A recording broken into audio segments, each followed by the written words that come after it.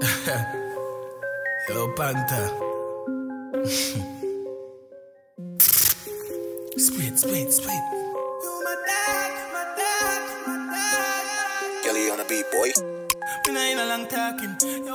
Welcome to the New York Times Podcast. You are 5 mics, your A+, your 10 out of 10, your critics pick, music, news, and criticism. I'm your host, John Caramonica. Tell them man up, brand new year kid there, I must get one up. Send one up before the sun come up. Venezuela link for the product. Them call me the same kiss that us place I get turn up. We come up to my dad. We're going to talk this week about music criticism and what is it good for. So something happened about a week and a half ago.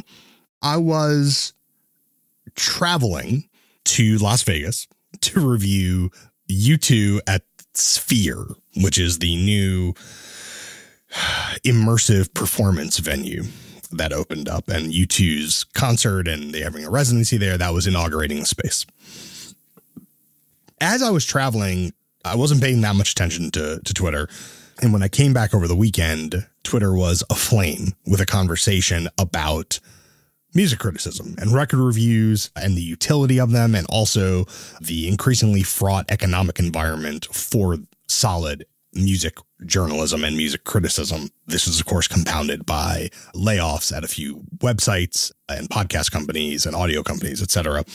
And one of the things that was discussed was how much energy critics should give to relatively unknown artists. And if you have a sort of limited amount of time and resources, should you be covering big things or small things? And it was not lost on me that I was in Las Vegas covering a U2 concert at Sphere.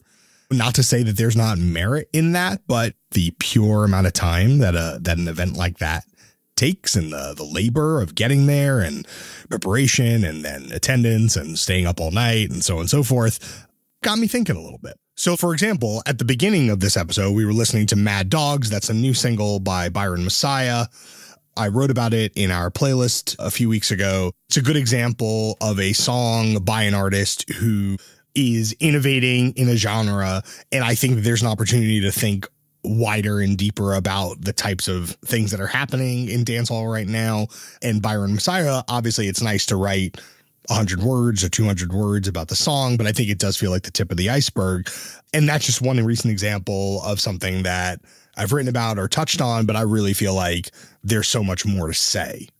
Not to say that U2 is not a worthy band, not to say that Sphere is not a worthy venue, not to say that U2 at Sphere was not the opportunity to write incisive music criticism. I like to think that I did so, but it did get me thinking about my time, the limited resource of my time, and the ways in which I would optimally like to spend it and to use the knowledge and platform that I have. And it really, that thought process very much dovetailed with what I saw on Twitter when I was looking after I came back and thinking hard about why I got into this game, what I hope to contribute to it and derive from it as a consumer and reader and listener. It got me thinking we should have a conversation, not just simply about music reviews or music criticism, but the bigger topics at hand. So this week, we're going to have a conversation with Jamie Brooks. Jamie was the person whose tweet set this conversation in motion. But I also think in subsequent episodes of podcast later this year, we're going to pick up on some looser threads in the music journalism and music criticism space, that things I've been sitting on or people I've wanted to talk to, and there maybe hasn't been the exact opportunity or moment to bring them on the show. But I think they might capture a new idea or a new approach to how this thing is being done now and how it might be done in the future. Keep an ear and an eye out for that coming later in the year. We'll revisit these ideas. You know, we've talked about this stuff a lot before, but I think now, especially with what's happening in the business climate for music writing, now's a real important time to put these conversations to the fore. In the meanwhile, let's start it off. There was one particular tweet that set off a lot of conversation, and that came from Jamie Brooks. Jamie is EliteGs_GZ. Jamie, welcome to Popcast. Hi, long-time listener, first-time caller. So happy to have you. I've been wanting to have you for a really long time. If you're not up on Jamie, let me get you up on Jamie. Jamie makes music, elite gymnastics, default genders, writes a column for the New Inquiry, has a Substack. Maybe it's dormant, the Substack. Well, no, I'm working on the big year-in review thing for the Substack. It's just like it comes in big, intense bursts rather than smatterings of small bursts. That's my preferred rate of output, the occasional burst. I write for the heads, the big, sustained, intense burst heads. I'm with that. So get involved in the Substack. And I think crucially, look, we all know Twitter, X formerly known as Twitter, is largely a... Not calling it that. No, we're just called... Look, y'all know what I'm talking about. We know it's a wasteland. We know it's hard. We know it's hard to have real conversation. Jamie, you systemically find a way to have earnest, thoughtful, provocative, non-judgmental conversation, or at least to initiate such things on that platform, that forsaken platform, which I am grateful for, because most days I wish not to look at it at all.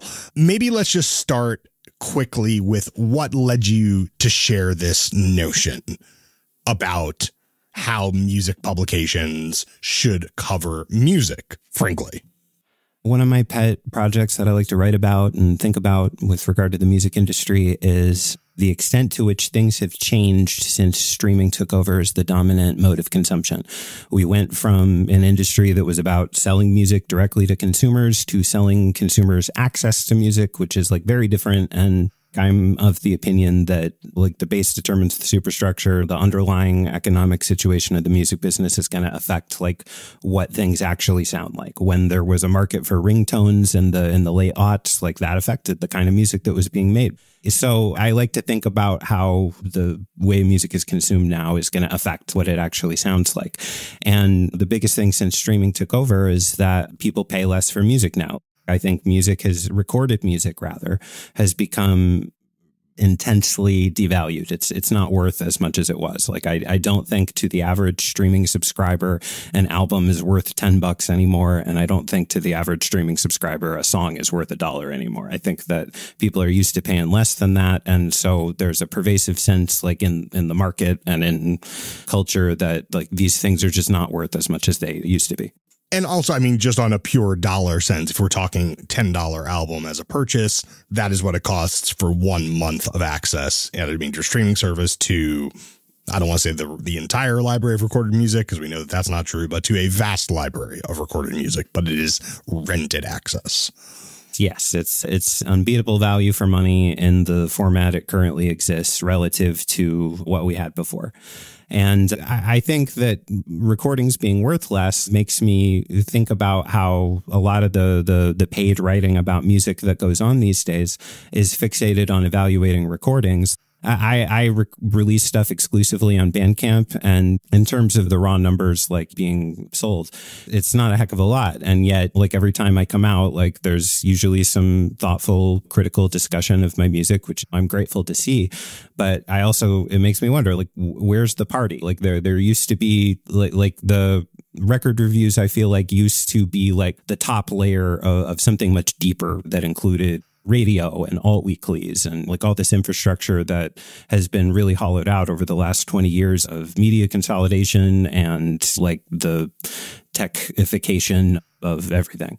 So I think that's really changed the underlying factors of music a lot. And I wonder if I wonder if the market would say that recordings merit the attention that is currently being paid to them by writers. And I started to kind of imagine the resource of the talent of all the people that are currently writing about music. I started to imagine like other places that those gifts might go, like other types of writing that they might be applied to. And like, I didn't say that should replace album reviews, but I think because of what's been going on in digital media over the past like several years, any kind of challenge, perceived or otherwise, to the viability of the album review is going to make people nervous, because that's one of the last paid jobs that's left. I think it's hard for a lot of writers to imagine what music writing would be if it wasn't predicated on recordings being really important, albums being really important. We have to talk about how we arrived at this situation, right? I mean, we think about it's not just a pitchforkification of music coverage, but it's also, I mean, this is how Rolling Stone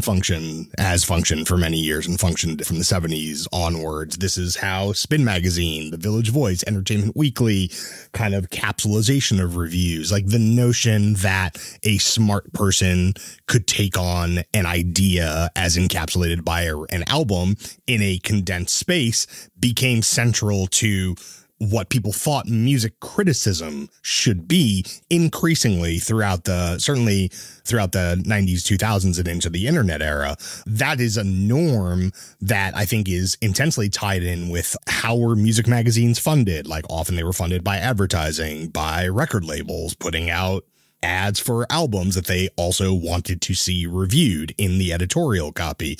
These things live side by side. But when you kick out the chair leg and say record labels they're not going to advertise with you anyway. That's not at all what's happening here. There's no funding there. On some level, music publications never changed any approach. Not that you have to be guided by where the advertising dollars come from, of course, but it never changed the approach to second guess, should that be prime in the coverage?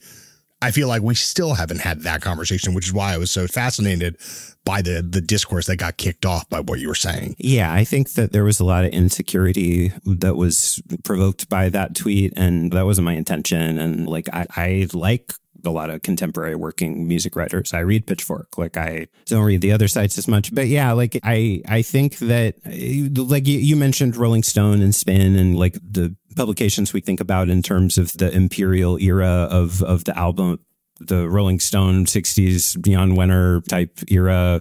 And I think also the physical formats, they kind of sustained, like, you know, like over in the UK, you had the post-punk thing, which was to read the literature and the writing that's been done about that period. It seems like the critics and the musicians were like in kind of a feedback loop with each other, where they were feeding into the energy that was driving people to the writing and to the records being put out by a lot of those indie labels that showed up around that time.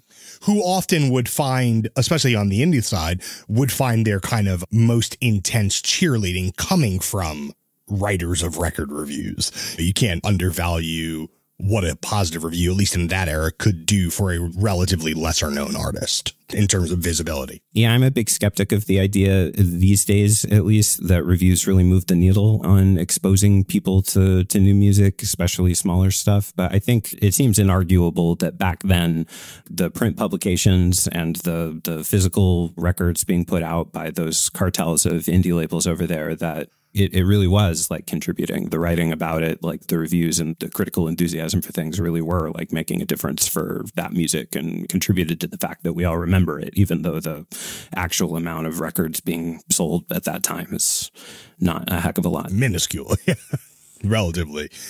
A question from that, asking Jamie the musician this question. You said that every time you put out a record, it will get reviewed, it will get taken seriously, a conversation will get started about the music that you are making. Does that not constitute, in your mind, moving the needle? Because without those reviews, would you be in a worse position vis-a-vis your music if it wasn't being discussed in this format every time you put a record out? I'm a weird person to ask about this because I feel like my relationship to the press is so unlike any, you know, like 10 years ago in 2013, I put out like a Bandcamp exclusive EP, no label, no manager, no publicist, like literally like $0 spent making or promoting the thing. And it became like everybody ran pieces about it, like op-eds, like roundtable discussions. Like it was, the specifics of why that happened are complicated and probably not worth getting into. But back I think like the main underlying factor that I think allowed that to be possible back then is that was 2013. That was the peak of digital download sales. Digital download sales grew tremendously over the course of the aughts after Apple introduced the iTunes store and got all the major record labels to consent to having their stuff available there. And it kept growing and growing all through the back half of the aughts, which was also the ringtone era. There was a lot of different money that was being made off digital music at that time.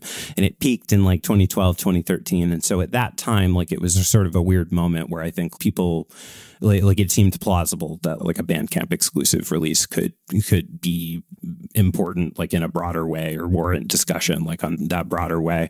But then like over time, like I released music a couple more times like as the decade wore on, in the middle of the transition to streaming and then like after the transition to streaming.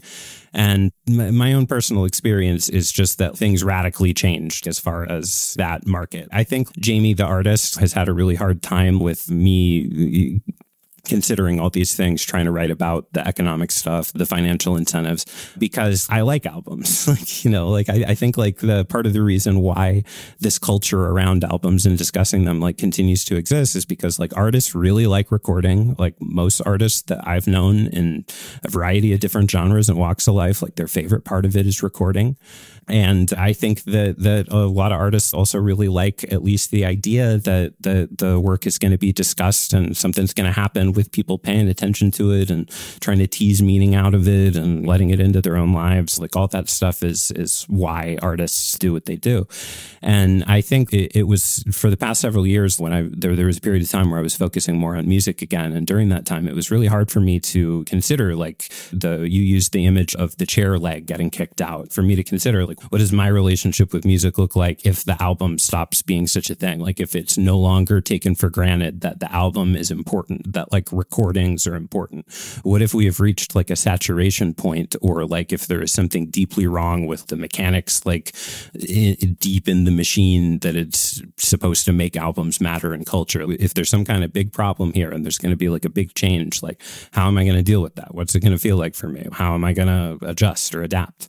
And when I was actively working on music, it was really hard to answer those questions. But then I stopped and pivoted to writing, and it became clear to me like really quickly that something had changed with the way that like music is valued by people, by the listeners. But the kind of relationship that the listeners have with music today is not the same relationship that I had with recordings like when I was younger and still buying CDs. How much of this is also about genre and scene? Because I feel like a lot of times when I think about some of the most meaningful music of my childhood, whether it's hip hop mixtapes, 12 inches, certain scenes, certain dance music scenes, dance hall, stuff like that, these are things that were almost never considered seriously with quote unquote record reviews or critical establishment. And I wonder how much of what we're talking about is actually applicable cross genre, cross scene to all styles of music, and how much of what we're talking about is really a particular subset of music that was in this kind of feedback loop, as you talked about, especially in the British system, for example, but is in this feedback loop with a certain kind of writer. What is there some line here as some things are on one side of it and some musics and scenes are on the other side of it historically? Obviously, a lot's changed in the last 10 years. I think I'm thinking more in the 80s, 90s, 2000s. Yes, and this gets to something that I'm really interested about all this, which is the role of singles. But the answer to the question you just asked is complicated because, like, on one hand, like, there is like this underclass of music in the post-punk tradition or in the tradition of small niche experimental punk labels, drone labels, whatever. That's part of the discussion and the fixation on albums that happens. But then there's also like the superstars, like they still, you know, operate in the album format. And in fact, like those big blockbuster albums like Midnights or Utopia, or there's maybe a dozen of them every year. That's the mainstream record industry, like the major labels, like preferred way of working. When the transition to albums from singles happened in the first place, like back in the late 60s and the 70s, that was because like just the economics of selling albums like made more sense for the labels. Like it was a higher margin item. You could simply charge more for it. And then like when we get into CDs, then it's literally the same disc. They're not even different size discs anymore. So why would you sell singles, which you can only charge so many dollars for, and not albums, which are perceived to be these prestigious, important objects, and therefore you can charge like $20 a pop for them? I think because the transition to albums in the first place was something that was like economically engineered, I think something that we have to look at with the floor falling out from underneath the music that you're talking about that exists in the post-punk tradition, the indie experimental, like, you know, I've seen some people call it NPR core type music, which I was amused by. the floor dropping out from under that stuff, like it might have something to do with the diminished importance of singles and the kind of like hollowing out of like the singles marketplace. That late aughts time period when ringtone rap was happening and there were, you know, like rap mixtapes, like what DJ Drama was trying to do with his own warehouse. While that stuff was going on, you also had a lot of indie acts coming along on indie labels that were putting up like bananas first week numbers while on tiny indie labels. Grizzly Bear, Phoenix, like the Dirty Projectors. And I think like a lot of that stuff, like if you look back on like what caused them to, you know, sell so many records, like they had songs. Like they had songs that were competing in the singles marketplace that existed because of the iTunes store and the rising amount of digital purchases and like arguably the piracy ecosystem that kind of like existed behind and underneath and around the above ground digital marketplace. Maybe the singles have always been like a better target to try to hit, not just for dancehall, hip hop mixtapes, like all of those scenes and ecosystems that you were mentioning that exist outside the NPR core continuum. But I think it also might be better for the bands inside the NPR core continuum. I think it actually might be better for like, you know, smaller acts with less resources, like on independent labels, to be trying to make like a great song that's going to, you know, get everybody's attention rather than trying to make like an album where you're being compared to and getting graded on the same scale as like the biggest and most powerful artists in all of recorded music. And for clarity, are you saying that in the 2023 context, or are you saying that's how it should have been in the 2000s as well? I think that singles did motivate what caused so many people to get into those indie bands and also all kinds of other music, like in the late aughts. In the 2010s, like when the digital download market was replaced by the streaming economy, we underwent like a transition. The pro rata model that Spotify uses to decide who gets money. It's like your average person, like, you know, like you could get on Spotify and spend all day long listening to small, tiny acts. And there's still no guarantee that any of that money is going to go to them. Most of the money is going to go probably to the biggest acts on the platform because that's like what Spotify's model exists to do. There's a lot of clustering and consolidation at the top. There's been like the emergence of these a couple of years ago, like the forever hits, the shallow catalog hits, that Ed Sheeran song and Blinding Lights by The Weeknd, like these songs that just stuck around in the charts and in the Spotify top songs list like forever because like there's something about like the way that streaming works and the economic incentives of streaming. It causes things to slow down. It causes attention and plays to consolidate around like big superstar artists. I think we underwent a transition that's very similar to what happened in the 70s, like when FM radio formats stopped being freeform and started being consolidated into the AOR format, the album-oriented rock format. The labels loved it because it helped them sell like albums that a lot of the albums that were selling in that period of time. If you go back to the trades and look at what they were advertising, we don't remember a lot of that stuff because it wasn't very good. There was actually like a huge recorded music like crash in 1979 because people got tired of like the low quality product that the major labels were flooding the market with. This was before there was the new technology of CD to steal the thunder away. It's like CDs bailed the industry out, and a lot of the money that was being made from CDs was like people buying old records that they already had on vinyl again.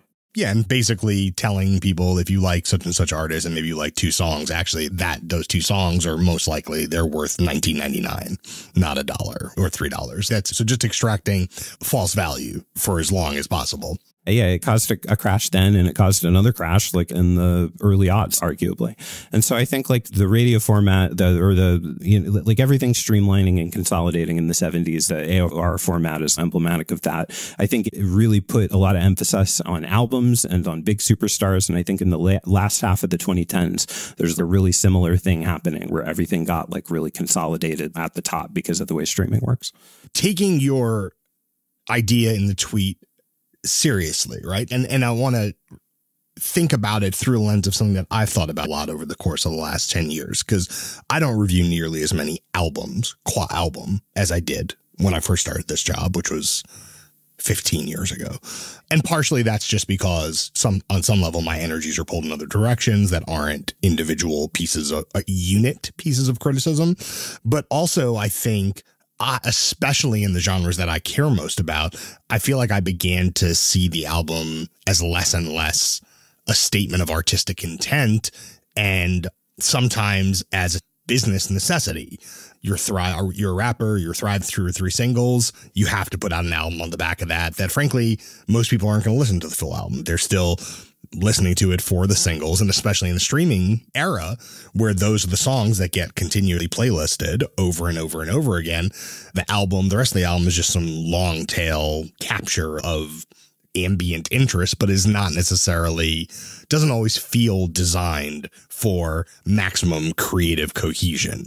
And there have been a couple of ways, I think, especially that hip hop albums have responded to the kind of imperatives of this era. On the one hand, I think you have very short albums to make people play the whole album and then therefore rack up the number of streams. That's its own kind of creative response. But then on the other side, I remember writing a few years ago about a Post Malone album and like a Ray Shremmerd album. And I was like, damn, these are 60 minutes and they seem like one long song. And I feel like they were made with the idea of like, how do I prevent someone from pressing stop? How do I hornswoggle the listener to just keep it on? Those seem like the creative responses to this particular conundrum.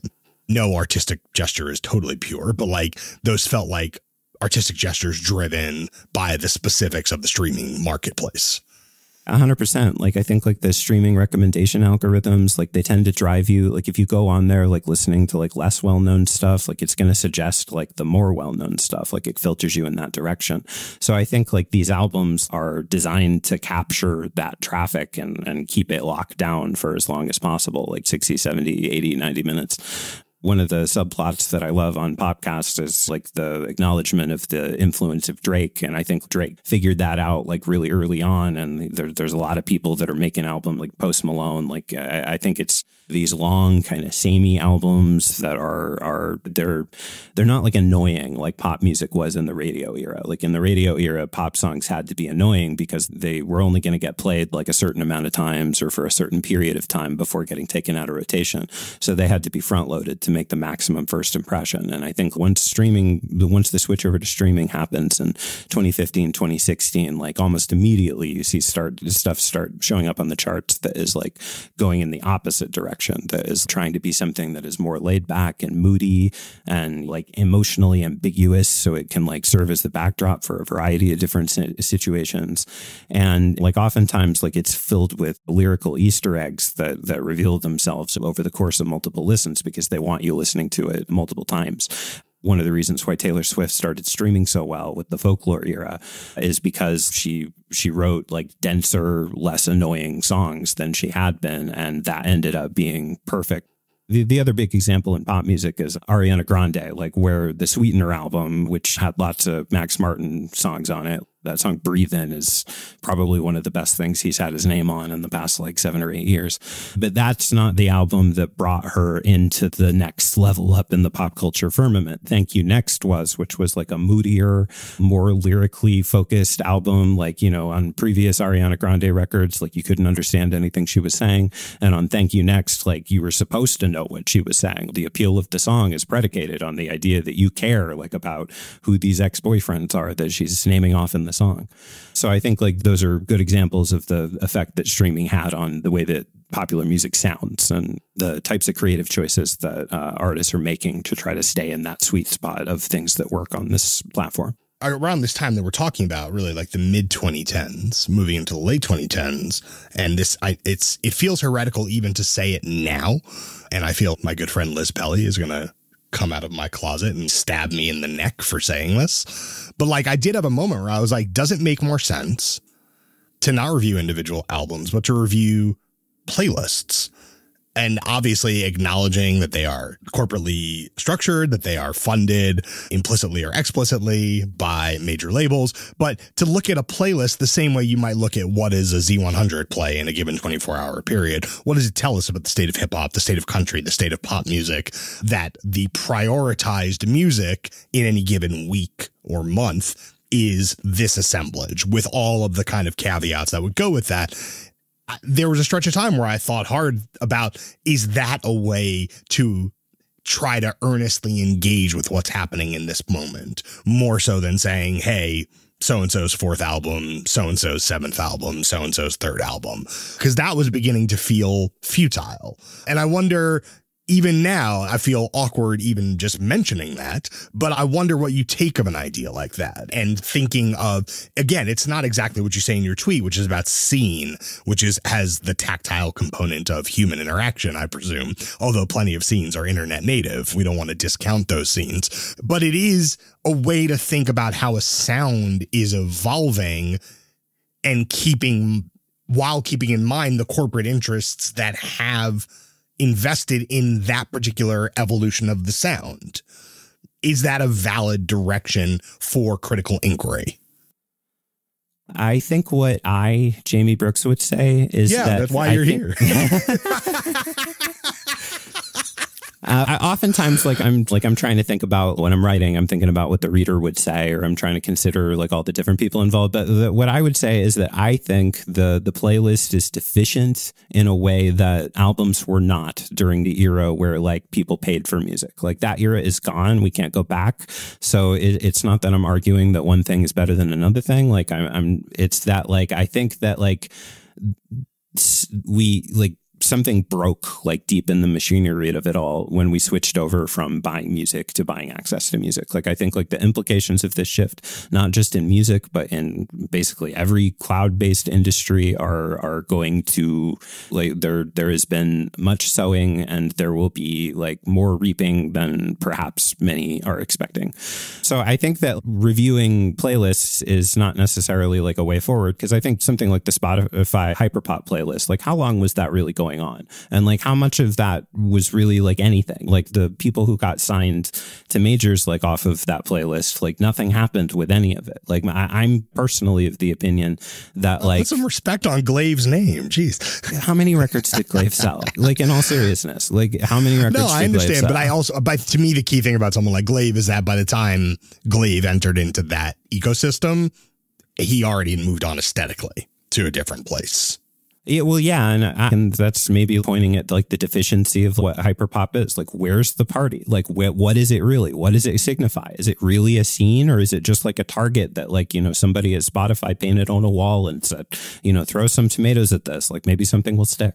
I think that like ultimately, like wait, those... I think that person I think is a podcast listener. I feel like I got an email. Oh yeah, Glenn McDonald. Hey, you know, looking forward to your book. But yeah, like I think that like, you know, those playlists, like those scene-based playlists, like it doesn't guarantee that there's anything actually going on behind whatever Spotify says is going on with their name and their little blurb or whatever. That's why dance hall and hip hop and like all these genres or baile funk, this stuff is more interesting because there's actual culture there. There's a real party. Like these songs are being played like in rooms where people are making memories and like making culture and making people. But on some level, people are making memories and making culture without being in the actual same rooms. I'm not saying the shared room that they're in is a Spotify playlist, but I'm saying there are like internet native subcultures where people are making memories that I'm skeptical of that. Like I'm skeptical of like how much of that is really going on. And I mean, like a lot of that stuff is happening like on top of platforms that are like fundamentally like in unstable, like in ways that people are only starting to process now, like Bandcamp or Discord. Like, you know, like Discord's making all these huge changes, and that's a huge, big central beating heart like of a lot of the online native scenes that popped up around the pandemic time. Like very little of that stuff lasted. I've heard more stories about like those kinds of scenes like spectacularly imploding than I have about like any of it producing something that like, you know, makes me go like, oh, I wish I was there for that, or I wish I, you know, was part of that. And it's interesting because I guess the long lastingness of a thing like that doesn't seem to me to be the primary driver or indicator of its importance. I think there's so many kind of like micro bursts of innovation that ultimately fizzle, but maybe set the table for another thing or birth one or two individuals who then go off and create something in a slightly different milieu. I guess to me, I'm not too stressed if the hyperpop moment produced, you know, a great album /EP /set of singles /playlist as much as did it collectively potentially inspire a generation of people to make music on an unusual set of terms. Now, obviously, I don't know that. We're still like 10 or 20 years away, I think, from being able to assess that. I don't know that it's totally discountable. What if recordings, what if it's not like a consistently self-replicating project? What if the audience doesn't necessarily have infinite patience and infinite capacity to care about every possible permutation of creative decisions that can happen in the context of recordings? What if there's a point where it's people are like, okay, there's been enough new genres, there's been enough new sound, like this new like hybrid of like nightcore and plug and whatever that is going on. What if there's just never going to be like a big audience for that, like there was for rock and roll and hip hop and reggaeton? And what if it's diminishing returns? Like, what if there's never going to be like another Nirvana that comes out of these digital scenes or whatever? What if, as far as the market is concerned, like most of the stuff that like people are making like on their DAWs, like with their democratized like infinite ability to make like recorded music, what if the market always views that stuff as trash?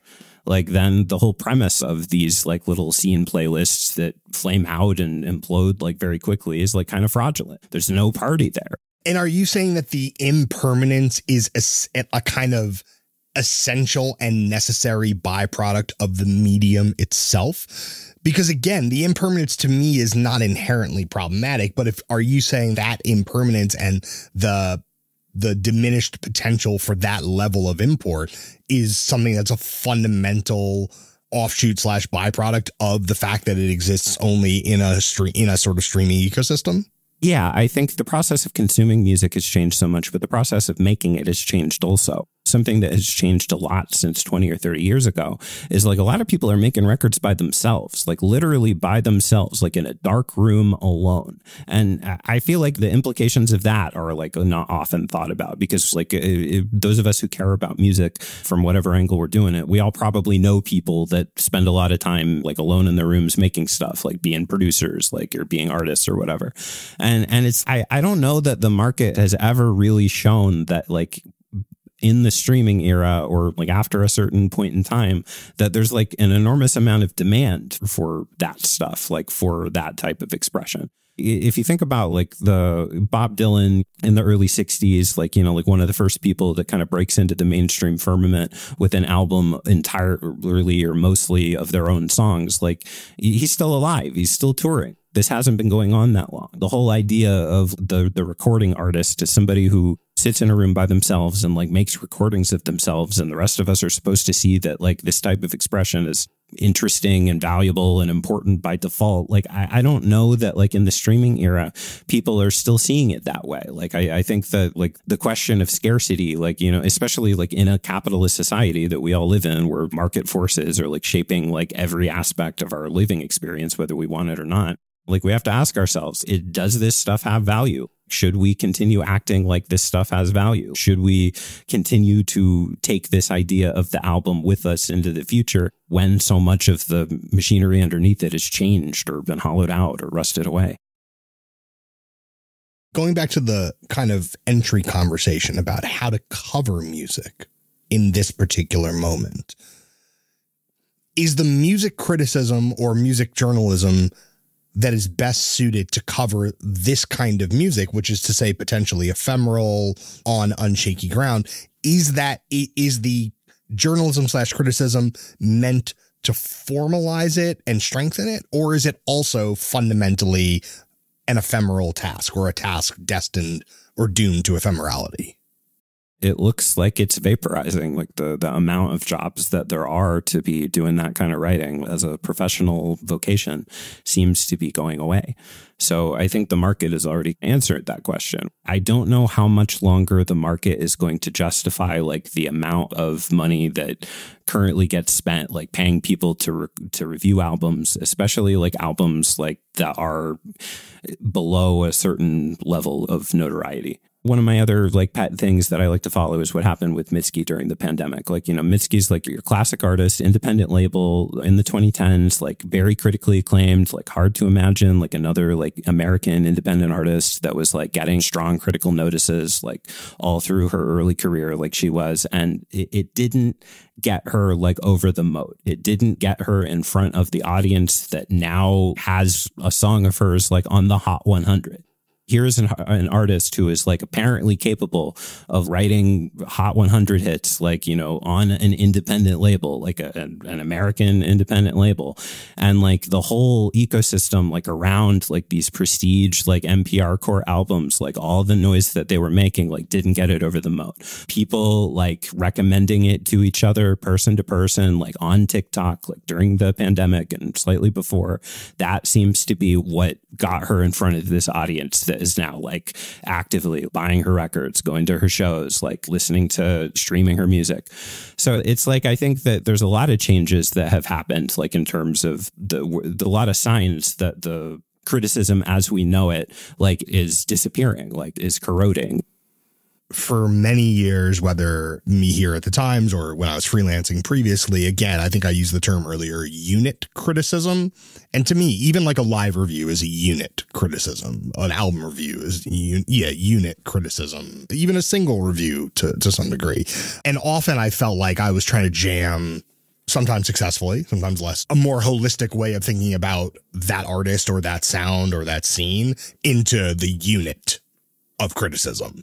And again, sometimes successful, sometimes less. But unless the artist themselves is moving with purpose, really trying to evolve moment to moment, song to song, album to album, say something different on the 5th album than on the 4th album, say something different in 2023 than in 2021 or 2019, this microscopic focus on the album or the artist's new music as a reflection of the artist it feels decreasingly worthwhile to me. And I also feel like I've been looking for other pathways. I think writing about scenes is really valuable. When I was a freelancer and doing more, I would try to report on scenes. Alphonse at Pitchfork did a big thing on Milwaukee rap recently. That's a scene that should be taken in full, not simply by individual recordings. But candidly, there's not how many of those, like how many Milwaukee rap scenes are there in 2023? Like at that level of sonic maturity, stylistic innovation, is it 3? Is it 10? Is it 20? I'm not even trying to be like funny or like dismissive. I listen to a lot of music from a lot of different places of a lot of different styles. And maybe there's 3 Milwaukee raps right now. Maybe. And if you're willing to be a little bit more forgiving about the quality of the music and just take the scene as the primary point of interest, maybe you get double that. Places where maybe, I don't know if the music is of the peak quality, but at least they're trying something interesting. 6, 10? Maybe it's 10. Yeah, it doesn't seem like a lot. I feel like at this moment in time, like my suggestion that what if there's not like an infinite capacity in the audience for interest in new recordings? What if at one point there's like too many? I think that the way that would look if it were true right now is that in terms of English music, there are a lot of recordings of music in English. That would mean that the ground that is left to be covered would be outside of the Anglosphere, outside of English language music. And that kind of seems to be what's going on. Increasingly, people in your position who just want to write about stuff that is going on, like the stuff that's really happening culturally, a lot of that might end up being like covering this stuff that is increasingly happening like outside of the Anglosphere and maybe outside of the American market. The Brazilian Spotify user base is almost as big as the American user base. And some of these countries are growing like a lot faster than America is, and use of the streaming platforms is growing there. So, you know, it's not unfeasible that in the next like 10, 20 years, there's going to be more listeners like in other countries. And so maybe that's going to be where the lead is taken creatively. It's people that are coming out of America. Like maybe they're going to be like following the innovations that are coming from other places. That to me seems undeniable. I mean, I feel like 10 years ago, I would have said you couldn't really be like a mainstream pop critic doing a job like mine if you didn't properly understand the importance of hip hop, broadly speaking, and its influence on pop music throughout the 80s and 90s and 2000s. But I think moving forward, that includes reggaeton, that includes regional Mexican music, that includes K-pop, that includes Afrobeats. It's actually the way that a lot of those sounds and regions are, at least in part, synthesizing some of the innovations from American music and then now sending it back better with a different set of influences and amplified and frankly synthesizing so much faster than I feel people are synthesizing here in this country. And I think if you're really paying attention, my hope is that should someone have the job of pop music critic 10 years from now, God willing, I mean, who knows, right? Like it could just very simply be that it doesn't exist. But I think if it does exist 10 years from now, then that's what I hope that person is listening to right now. One of the responses that I remember seeing from the initial tweet that I made was people talking about how album reviews are one of the last bastions of what I think somebody called non-stan journalism. And I think it's entirely possible that whoever, like people who get hired as part of the NYT music team in 10 years, like maybe they are coming at it from the celebrity angle more. Like maybe that's like the direction that they're coming at it from, and they have no connection to like the continuum of criticism, like, you know, from the old days of the jazz mags, like up through the current situation. I hope that that's not the case. I hope that's not the case. But, you know, the dispirited frustration, the tone of frustration, like it's something that I don't talk about a lot on this show necessarily, but it's something that I think about a lot every single week, every single day. And it is my hope, whether it's through conversations on the show or just talking to younger writers, that there will be a generation to pick up the slack. And I do meet people all the time who I think are doing great work. I just hope the systems will be there to support those people as they get more ambitious and their ideas are not as centrist and celebrity focused as I think the streaming ecosystem has pushed people towards. Yeah, you know, I guess we just have to hope that whoever owns the media publications and stuff cares about these things more than chasing the bottom line. Well, in that case, seems pretty unlikely. Yes. Jamie, I'm so happy we got to talk. I feel like we could have done this for many hours. We at least peeled the Band-Aid back. What can I say? Okay, before we go out, is there a song or scene, or is there something we should play at the end that you think people should be paying attention to? That people should be paying attention to right now? Give people a little excitement. Give people a little smelling salts. Honestly, the only thing that I can think of that I want to hear right now, which is the exact opposite of what you just asked me for, is I Love You Poppy by Jennifer Lopez, which I think is a super underrated song. And maybe the music journalism of 10 to 20 years from now will have finally come up with the language to properly assess this song's quality. Yeah, let's hope so. That's the dream. Okay.